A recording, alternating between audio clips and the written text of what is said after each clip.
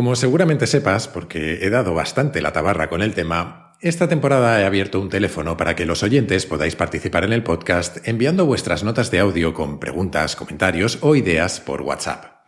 Pues bien, ha llegado el momento de empezar a responderlas. Aunque en el de hoy no me han cabido todas las que habéis enviado estos últimos meses, se han quedado algunas en el tintero que espero poder responder pronto. Pero bueno, grabándolo, eso sí, me he dado cuenta de que este es un formato bastante apañado, especialmente para semanas como esta, en la que me tomé un puente largo para descansar y me ha permitido no tener que preparar un tema en profundidad como los habituales. Así que, por mi propia salud, te animo a enviar tus notas de audio por WhatsApp al 683-172-622 con el prefijo 34 delante si lo haces desde un número que no sea español. Para desconectar, este puente nos fuimos a un balneario alucinante que hay en Asturias. Nos hemos tirado unos días entre aguas termales, buena comida, un poco de turismo y naturaleza. Un gran sufrimiento, como te puedes imaginar. Bromas aparte, lo único que nos ha faltado para que el descanso fuera perfecto fue un colchón Morfeo, el patrocinador del capítulo de hoy.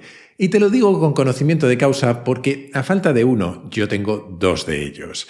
Y aunque los del hotel estaban muy bien, no es lo mismo. Ya te he dicho muchas veces que yo soy muy fan de Morfeo, una empresa española que fabrica y vende los mejores colchones online. Son una pasada. Te envían tu colchón a casa en 24 horas y tienes 100 noches para probarlo, que son un montón de noches.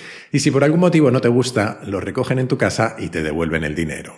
Siempre me hace ilusión recomendar Morfeo porque, bromas y cuñas publicitarias aparte, creo de verdad que el descanso es fundamental en nuestra vida, para nuestro rendimiento, para nuestra salud mental, para tomar mejores decisiones y para cualquier cosa en realidad.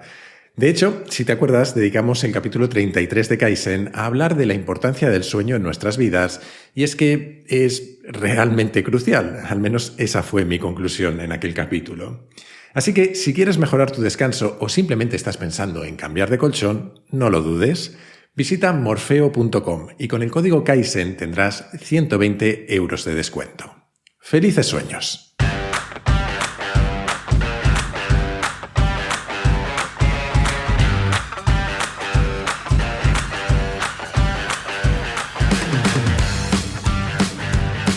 Soy Jaime Rodríguez de Santiago y esto es Kaizen, el podcast para mentes inquietas en el que te acerco a personas, a ideas y a técnicas fascinantes de las que aprender cada día.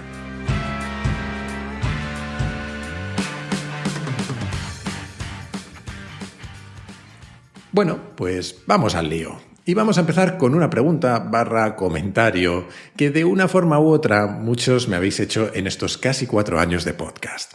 Así que voy a intentar responderla de una vez y para todas, a ver si sirve de algo. En esta ocasión, quien me la mandó fue Óscar.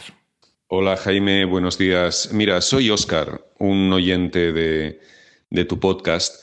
Y bueno, quería decirte que me gusta mucho el contenido que entregas, pero hay un elemento que me lo amarga un poco. ¿Sabes? Que cada vez que pongo uno de tus podcasts, como hay una cosa que me saca de quicio y hace que la escucha de tu podcast no sea tan disfrutable, ¿no? Y es que estás constantemente disculpándote por existir, básicamente, ¿no? Por ser como eres, por hacer lo que haces, por decir lo que dices. A mí me da la sensación de que, pues de pequeño seguramente, o en el colegio, en el instituto, había unas conversaciones absolutamente banales, triviales, y entonces como te aburrías, tú intentabas elevar el nivel de la conversación añadiendo pues algo que habías descubierto, que habías leído, y entonces provocaba la carcajada general, que se rieran de ti, que te humillaran, que te faltaran al respeto, y entonces pues un poco te ha creado esta autoimagen de que tú eres pues el rarito, ¿no? El friki. Pero es que esto es algo que nos ha pasado a todos aquellos que tenemos curiosidades intelectuales. Y bueno, cuando eres pequeño pues piensas que sí, que tú eres el raro, pero luego ya cuando te haces mayor te das cuenta de que no, que tú eres así y punto, y que los demás pues bueno, tienen otros intereses que son más generales y tus intereses pues son menos generales. Y eso no tiene que ser motivo para estar a partir de entonces siempre disculpándose. Da la sensación como que cuando tú haces el podcast tengas en mente que lo va a escuchar el típico bully que va a aprovechar cualquier cosa para atacarte. Y entonces tú ya anticipas esa mofa, intentas reducir el nivel ya pues como diciendo, bueno, ya me autodegrado yo mismo, ya digo, sí, yo es que soy un friki, antes de que me lo digas tú. No sé, yo lo veo así, evidentemente no quiero decirte ni mucho menos cómo tienes que hacer tú tu podcast, y menos un podcast que has demostrado que puedes hacer un podcast de éxito con una constancia, al contrario, o sea, eso me causa una gran admiración y para nada del mundo querría decirte cómo hacer las cosas, pero sí que no podía aguantarme el decirte esto que cada vez que lo escucho pienso, pero ¿por qué tiene que llamarse a sí mismo friki? Entonces, ¿qué pasa? Ahora él es un friki y a mí que me interesa que también soy un friki, o sea, este tío me está llamando friki, en fin. Gracias por escucharme y un saludo. Lo primero, quiero agradecer a quienes como Óscar os habéis preocupado por lo que algunos llamáis exceso de humildad y otros directamente traumas infantiles. De hecho, su audio era un poco más largo y lo he tenido que acortar un poco para que cupiera aquí, pero agradezco mucho esa preocupación. Debo decir que seguramente estoy haciendo algo mal si esa es la sensación que genera mi forma de comunicar, porque en absoluto van por ahí los tiros. A pesar de que supongo que tenía alguna que otra papeleta para haber sido objeto de la crueldad infantil y adolescente, la verdad es que nunca me pasó.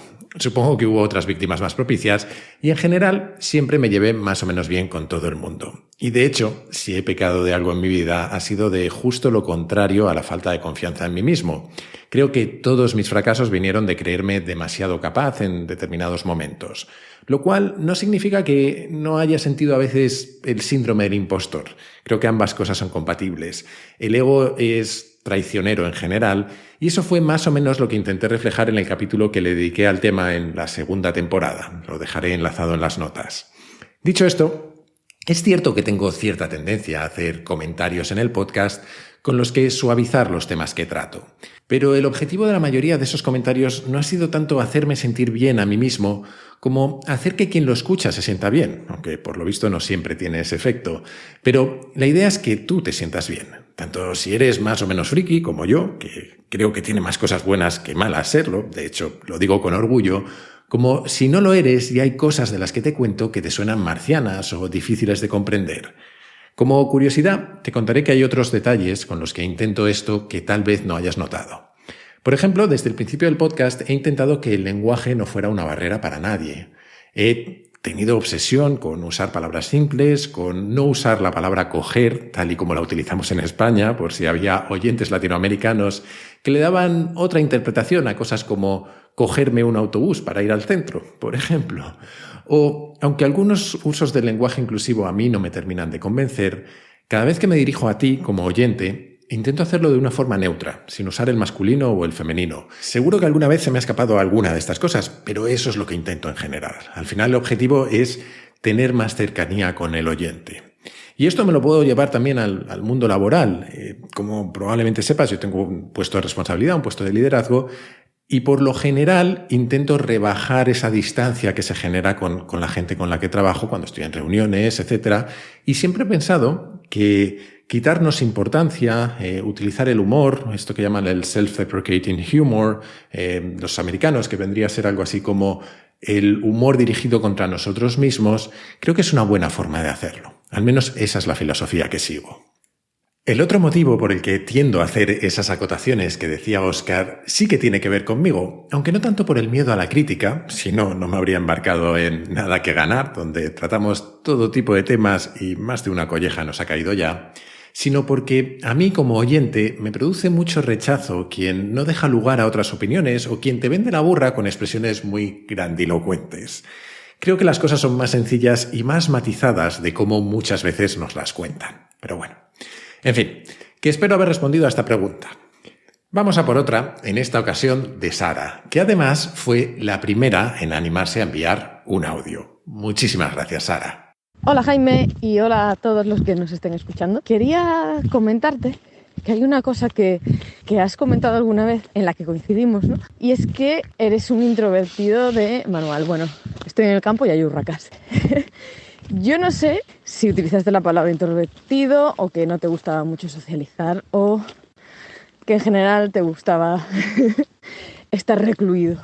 Y bueno, yo creo que esta parte no la has tocado en el podcast y creo que sería algo de analizar cuáles son las ventajas o inconvenientes, nuestra relación con los demás, nuestras formas de ocio o de esparcimiento y también cómo, yo considero que soy una introvertida que tuvo que aprender a ser extrovertida y que lo paso bien cuando estoy con las personas, pero tengo una energía de activación muy, muy grande.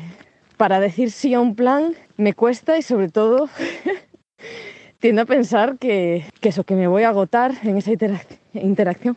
Y bueno, creo que de ahí puedes sacar alguna idea o algún hilo de lo que hablar y reflexionar juntos. Un abrazo y muchísimas gracias por todo lo que haces. Hay otra cosa también. También relacionado con la parte esta de introversión, cómo encontrar personas, amigos, amistades que te den ese espacio y qué beneficios puede tener un amigo introvertido. Un abrazo. Antes que nada, gracias Sara por el friquismo absoluto, en el sentido más positivo del término, de dejar caer alguna referencia a los capítulos de modelos mentales con eso de la energía de activación. Me encanta.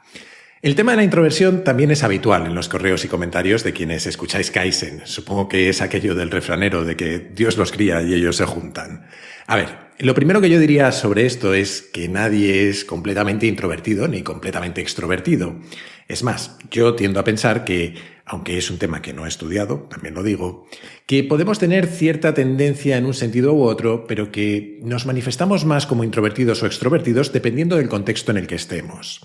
Tal y como la entiendo yo, la introversión es básicamente interesarse más por nuestros pensamientos, sentimientos y procesos internos, por eso que llamamos a veces nuestro mundo interior, que por el resto del mundo. Y ni una cosa es buena ni la contraria es mala. Como todas nuestras características, lo que importa es, creo, qué tal se adaptan a la vida que queremos vivir y si nos limitan o no de algún modo. Personalmente me considero un introvertido funcional. Soy capaz de relacionarme con otros, aunque por lo general me da pereza. Necesito esa energía de activación que decía Sara, especialmente si es en grupo. Estoy mucho más cómodo en conversaciones de uno a uno o en grupos muy pequeños que en otros más grandes. Y esto me lleva a eso que preguntaba Sara de cómo encontrar personas que estén a gusto con nuestra introversión.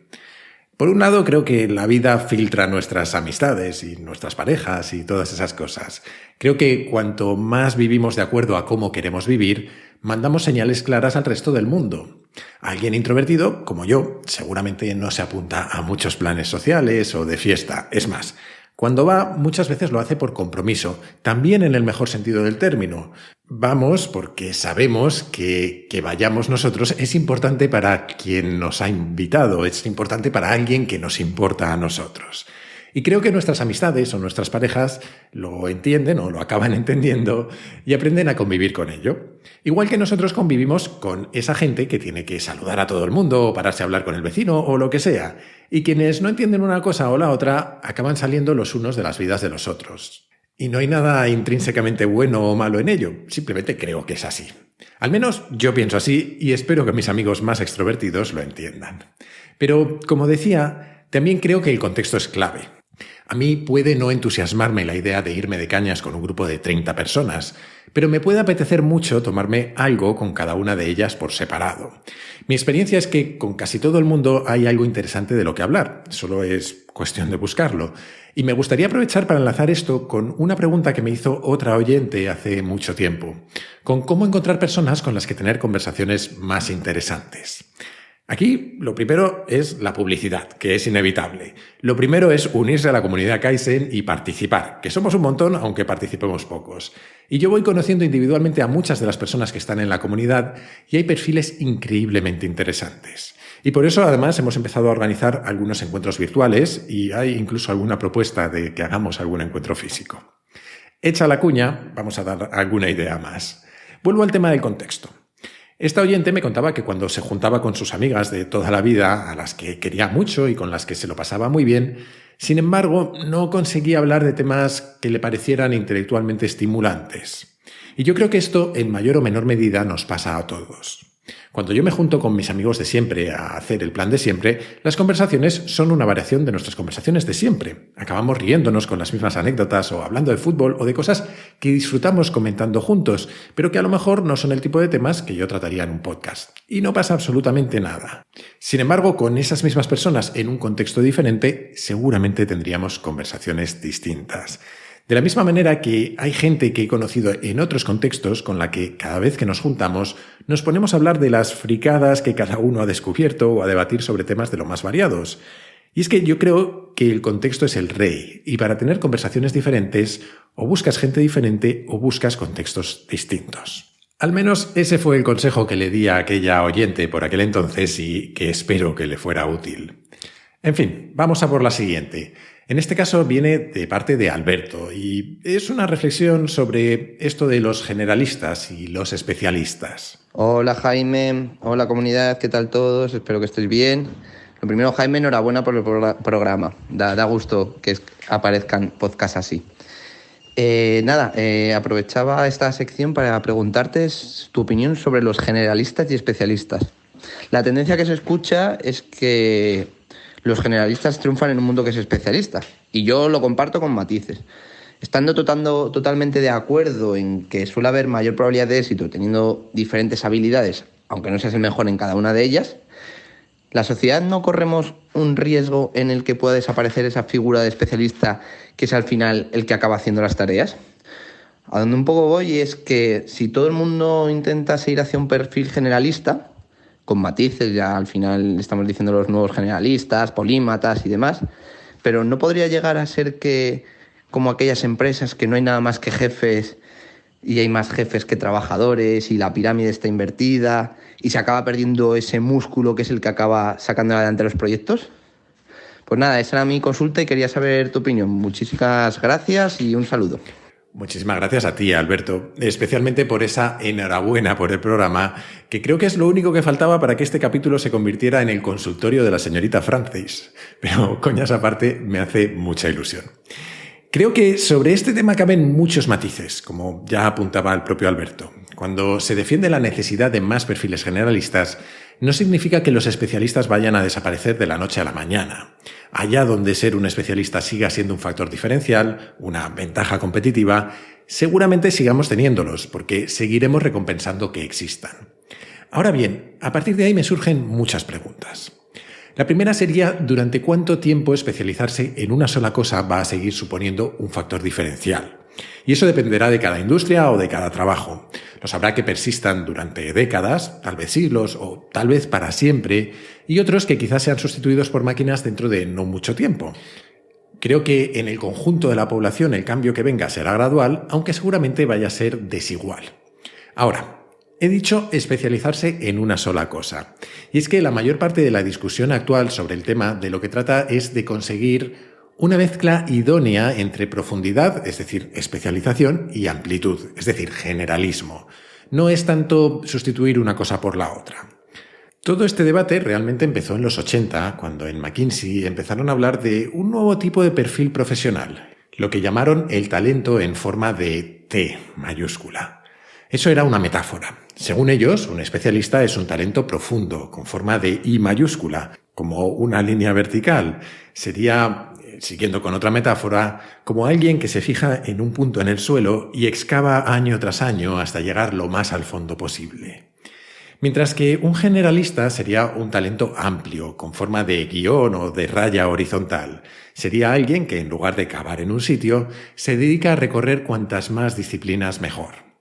Los talentos en forma de T, a los que se refería McKinsey, serían una especie de combinación de ambos. Aquellos que poseen un área de especialización, que conocen suficientemente a fondo, sería la raya vertical, pero que también desarrollan competencias que les permiten trabajar en otras disciplinas y con expertos de otras áreas, sería la raya horizontal de la T. Esta idea ha ido evolucionando con el paso de los años y ahora se habla de nuevas geometrías del talento. Se habla, por ejemplo, del talento en forma de pi, como la letra griega, que si te imaginas su símbolo son dos patas verticales y una raya horizontal que las une. Es decir, sería el perfil de gente con dos áreas de especialización y un conjunto de competencias transversales. Lo son, por ejemplo, quienes se dedican a la visualización de datos, que combinan dos especialidades, diseño y datos, y se forman también en cómo trabajar en equipo, en técnicas de productividad o de comunicación efectiva. De la misma forma, hay quien habla de talento en forma de M, cuando hay 3 áreas de especialización, o de peine, cuando son muchas púas de distintos tamaños. Y todo esto yo creo que es hasta cierto punto inevitable, porque incluso en un mundo tan hiperespecializado y tan ferozmente competitivo como en el que vivimos, desarrollar conocimientos multidisciplinares puede ser una ventaja, incluso en las industrias más especializadas, insisto. Pensemos en la medicina, que es una de las disciplinas con más especialización que existen. Un hospital es un enjambre de cientos de profesionales sanitarios con decenas de especialidades diferentes. Si te das un pequeño paseo por uno de ellos, te encuentras con cosas como endocrinología, terapias genéticas, cirugía maxilofacial o cardiología fetal. Súper especialidades. Pero cada vez más vivimos en un mundo en el que creamos vacunas usando ARN mensajero, utilizamos medicamentos de última generación o instalamos marcapasos inteligentes. Es decir, las líneas que separan la medicina de la biología molecular, de la química o de la ingeniería se difuminan cada vez más. Y eso me lleva a mi último punto, que para mí es el más importante de todos. Siempre tratamos este tema desde el punto de vista laboral, pero creo que es más fundamental desde el punto de vista vital. En un mundo que cambia tanto y tan rápido y donde las fronteras entre disciplinas se difuminan cada vez más, creo que una actitud generalista y curiosa es la mejor forma de disfrutarlo. De ahí este podcast. En fin, espero haber respondido más o menos a tu comentario. Vámonos ahora a una pregunta de Ángel, que puede ser el oyente más joven del podcast, o al menos el más joven de los que me han dicho ser oyentes. Y viene con una pregunta que es también recurrente, en este caso sobre hábitos de lectura. Hola Jaime, soy Ángel de Ciudad Real. Tengo 16 años y soy muy amante del podcast. Te quería hacer una pregunta. Me gustaría saber cuál es la forma que tú utilizas a la hora de leer para acordarte de todo y para sacarle mayor provecho a la lectura. Por ejemplo, subrayar, usar otro cuaderno o qué ambiente usas a la hora de leer. En definitiva, tips o consejos para sacar el mejor partido a cualquier lectura a la que nos enfrentemos. Muchas gracias y un saludo. A ver, siempre digo que soy un desastre para estas cosas porque lo cierto es que no tengo métodos cerrados ni muy pensados, pero vamos a intentarlo. En general, sobre cómo aprovechar mejor la lectura, yo diferenciaría 3 áreas. Primero, cómo seleccionar lo que leemos. Segundo, cómo leer de manera más eficaz y retener lo que leemos. Y tercero, cómo poder reutilizar lo que hemos leído en el pasado. En cuanto a cómo seleccionar lo que leemos, yo no tengo demasiadas reglas. Si algo me llama la atención, sea del tema que sea, me lo apunto para cuando tenga algo de tiempo y entonces lo leo. Eso sí, creo que hay una realimentación positiva en rodearse o leer o escuchar podcasts de gente que lee cosas interesantes, porque al final de ahí es donde sacas más ideas. Eso que hemos dicho alguna vez de que somos la media de las personas con las que más tiempo pasamos. Lo mismo con los contenidos que consumimos. Mucho de lo que yo leo viene de lo que he oído recomendar a otros o de tirar del hilo de temas que me han interesado. Lo que sí tiene más miga es cómo leer de manera más eficaz. Cuando uno se plantea esto, creo que lo habitual es obsesionarse con cómo leer más rápido. Y hay técnicas y cursos para ello. Un tipo que es bastante conocido, que se dedica a enseñar cómo hacerlo, es Ramón Campayo. Si te interesa, puedes buscar por internet y te saldrán bastantes cosas. Yo nunca he hecho uno de esos cursos, la verdad. Así que no te puedo decir cuánto ayudan o cuánto no. Y aunque de pequeño un profesor nos enseñó algunas de esas técnicas y durante una temporada traté de aplicarlas, al final yo llegué a la conclusión de que para mí, por muy rápido que yo leyera, hay cosas que son más importantes para ser eficaz. La primera es la más obvia de todas, la práctica. Cuanto más lees, más fácilmente asimilas conceptos y los relacionas con otros. Creo que el hábito es lo más importante, mucho más que el entorno en el que lees, mucho más que si tomas notas o subrayas o lo que sea. Creo que lo más importante es la constancia. Yo, por ejemplo, me he acostumbrado a leer todos los días sin excepción antes de dormir, aunque llegue a las tantas de la noche, de una cena o de lo que sea. Da igual si son 20 minutos, que es lo habitual, o 5 porque me caigo de sueño, o 1 hora porque no logro dormirme. El caso es leer. Cuanto más lees, también te es más sencillo identificar la estructura de los libros, porque muchos siguen patrones similares. Esto es especialmente útil para libros que no son de ficción, lógicamente. En los de ficción, mi consejo en general suele ser olvídate de la eficacia y simplemente disfruta. Y hablando de estructura, una cosa que no solemos hacer pero que suele ser útil es pegarle un vistazo al índice y tratar de extraer de antemano precisamente esa estructura. Es decir, intentar entender cómo ha pensado el autor y qué es lo que realmente nos quiere transmitir. Y aquí hay algo que no puedo evitar mencionar. A la mayor parte de los libros le sobran muchas páginas. Probablemente el que escriba yo también. Al menos si tu objetivo es aprender cosas nuevas. Leer de manera eficaz también implica entender cuándo el autor está presentando una idea y cuándo está dando ejemplos o argumentos para soportar esa idea. Y eso implica que podemos elegir. En algunos temas puede interesarte leer lentamente, con detalle y hasta la última coma, y en otros simplemente hacerlo en diagonal, identificar las ideas generales o apoyarlas con ideas que tú ya tengas. Dada tu edad, Ángel, imagino que parte de la pregunta también vendrá por cómo estudiar. O al menos cómo extraer contenido y memorizar o recordar contenido de lo que leemos. Por más que yo me atrinchere en mi síndrome de Peter Pan, la verdad es que mis tiempos de estudiante me quedan algo lejos. Pero recuerdo que el mismo profesor que nos enseñó técnicas para la lectura rápida, nos enseñó también algunas para resumir y para hacer esquemas. No me da tiempo a explicarlas aquí, y además no sé de cuánto me acuerdo, pero en una búsqueda rápida en YouTube he visto varias referencias, así que seguro que encuentras ideas. También te recomiendo echarle una escuchada a los capítulos que llamé Aprendiendo a aprender, donde hablaba de cómo funciona nuestra memoria. En la última de las 3 áreas que mencionaba antes, esa de cómo almacenar y reutilizar lo que leemos, no me voy a entretener porque le dediqué hace bien poco ese capítulo sobre cómo construir un segundo cerebro. Así que si te interesa el tema, te animo a tirar del hilo desde ahí.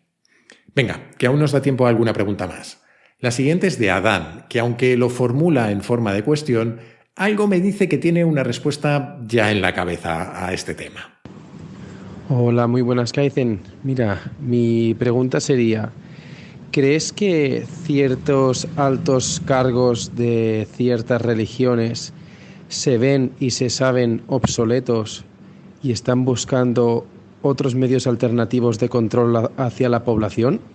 Porque digamos, por ejemplo, que soy el Papa de Roma. ¿Crees que creo firmemente en lo que predico y estoy allí por mérito y por cumplir a rajatabla la religión que sigo? ¿O estoy ahí porque soy como una especie de líder de partido que sirvo como cabeza visible y todo lo demás lo mueve tras las cortinas otro grupo de personas? De ser así, esas mismas personas que dirigen todo lo que dirigen deben saber que en realidad con lo que estás predicando pues no es más que un mecanismo de control hacia la población. No creo que crean a ciegas en lo que predican. Así que, ¿crees que todo este entramado religioso se ve debilitado y quiere buscar otras vías de control sobre la población? Toma ya. Esta no va a ser fácil de responder porque merecería un capítulo o una serie en sí misma. Para empezar, porque las religiones han jugado un papel esencial en la historia de la humanidad, creo que lo he dicho varias veces, y lo juegan aún para muchísima gente. Y por eso, aunque yo no soy creyente, intento ser muy respetuoso. Pero bueno, desde ese respeto también voy a intentar contestar. Creo que el primer paso, y me parece que Adán lo tiene en mente, es separar la religión de la institución. Las religiones creo que responden a 2 necesidades humanas. Por un lado, la de vertebrar un sistema moral con el que relacionarnos los unos con los otros, y por otro, la de canalizar nuestra experiencia más mística de la vida y sobre todo de la muerte. Es decir, intentar dar respuesta a qué leches hacemos aquí cada uno de nosotros y qué sentido tiene que existamos y que exista todo esto. En el pasado creo que también servían para dar respuesta a otras preguntas acerca de aquello que no entendíamos de nuestro mundo, los fenómenos meteorológicos, las enfermedades o lo que fuera.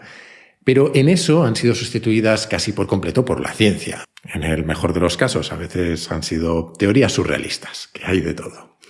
Alrededor de las religiones hemos creado instituciones, con todo tipo de objetivos declarados y no declarados. Uno de ellos, indudablemente, es la autopreservación, para proteger la religión que profesan y difundirla por el mundo. Es decir, las instituciones tienden a protegerse, a intentar crecer, a intentar tener cada vez más acólitos, etc. Por eso, o por otros motivos, por el camino han tenido y tienen incluso ahora poder político y económico. Personalmente creo que más antes que ahora, si te soy sincero, pero aún así es relevante. Ahora, respecto a sus líderes, La verdad es que no te sabría responder mucho. No sé quiénes creen en qué y quiénes no, ni qué objetivos tiene cada uno o quién puede influirles. Solo puedo decir que detrás de las religiones hay ideas y detrás de las instituciones hay personas.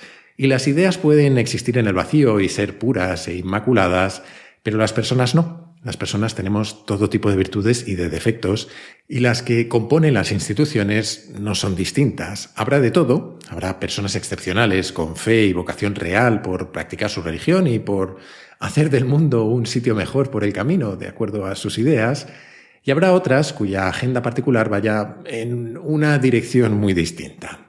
En general, eso sí, en casi todas las instituciones u organizaciones se asciende por motivos que van más allá del objetivo de la propia institución, lo cual, como sucede en política e imagino que sucederá también en instituciones religiosas, acaba a veces pervirtiendo su comportamiento. Dicho todo esto, lo mismo te apetece escuchar el último capítulo que grabamos de Nada que Ganar, con Ana Jiménez Castellanos como invitada de lujo, porque hablamos en parte de esto, de qué significan las religiones y cómo sería un mundo sin ellas.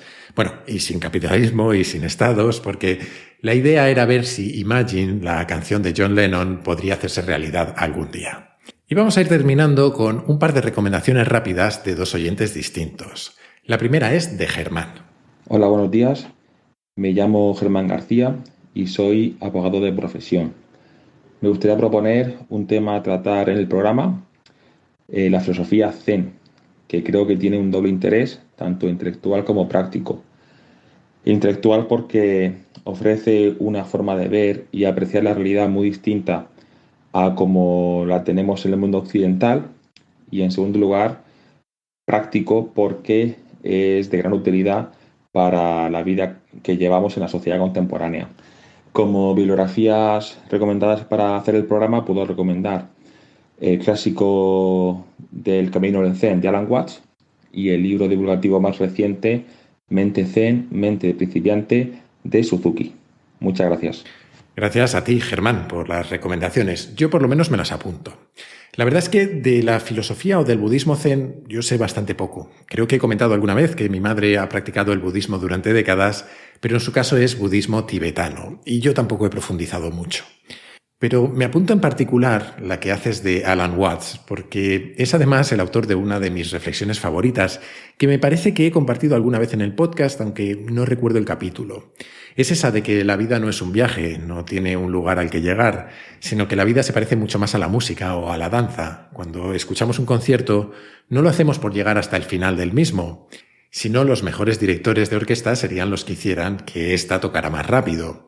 Cuando bailamos, no lo hacemos con el objetivo de llegar a la otra punta de la habitación, solo bailamos. Pues con la vida, igual. Y la última recomendación de hoy es de Daniel, que nos la manda desde Colombia, y se trata de un libro que yo he mencionado alguna vez, pero que nunca está de más recordar porque el libro está muy bien. Hola Jaime, un saludo. Mi nombre es Daniel Pérez, te hablo desde Colombia. Quería decirte que me encanta el podcast y quería recomendarte un libro. Se llama Thinking in Bets, es sobre pensamiento probabilístico, es un libro excelente. Creo que sirve para uno o más podcasts tuyos para que sea tratado. Entonces esa es mi recomendación. Un saludo, Jaime.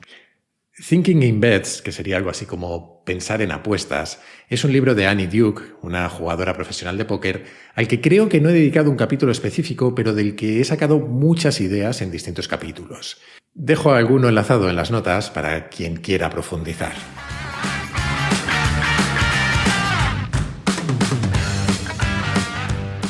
Y hasta aquí el experimento de hoy. Espero que te haya gustado y me encantaría saber qué te ha parecido, así que no dudes en escribirme o en mandarme una nota de audio. La semana que viene volveremos al formato más habitual o tal vez a una entrevista, según consiga cuadrar agendas. Hasta entonces te animo como siempre a suscribirte y recomendar Kaizen en tu plataforma de podcast preferida, en YouTube, en redes sociales o, como yo creo que es mejor, a tus amigos. Así me ayudas a que Kaizen siga creciendo. Además, si te gusta el podcast, puedes unirte a la comunidad Kaizen, que es una forma de apoyarlo económicamente, que yo lo agradezco mucho, pero también de acceder a un foro en el que encontrarás a otros curiosos compulsivos, a recomendaciones de cientos de libros y de películas. Tendrás acceso a contenidos exclusivos, a un feed sin publicidad, a sesiones de mentoría conmigo y a los encuentros digitales que hemos empezado a organizar esta temporada. Para hacerlo, solo tienes que entrar en mi web, jaimerodriguezdesantiago.com, y hacer clic en el banner rojo. Y desde esa misma web o desde mi Twitter, @jaime_rds, puedes hacerme llegar tus comentarios, tus sugerencias, lo que tú quieras. Siempre contesto, aunque a veces tardo un poco. Ahora creo que llevo como un mes de retraso. Perdón. Y recuerda que ahora también puedes participar en el podcast y en capítulos como este, enviando tus notas de audio por WhatsApp al siguiente número: 683-172-622, con el prefijo 34 si lo mandas desde fuera de España. Y esto es todo por hoy. Como siempre, muchísimas gracias por estar ahí y hasta la próxima.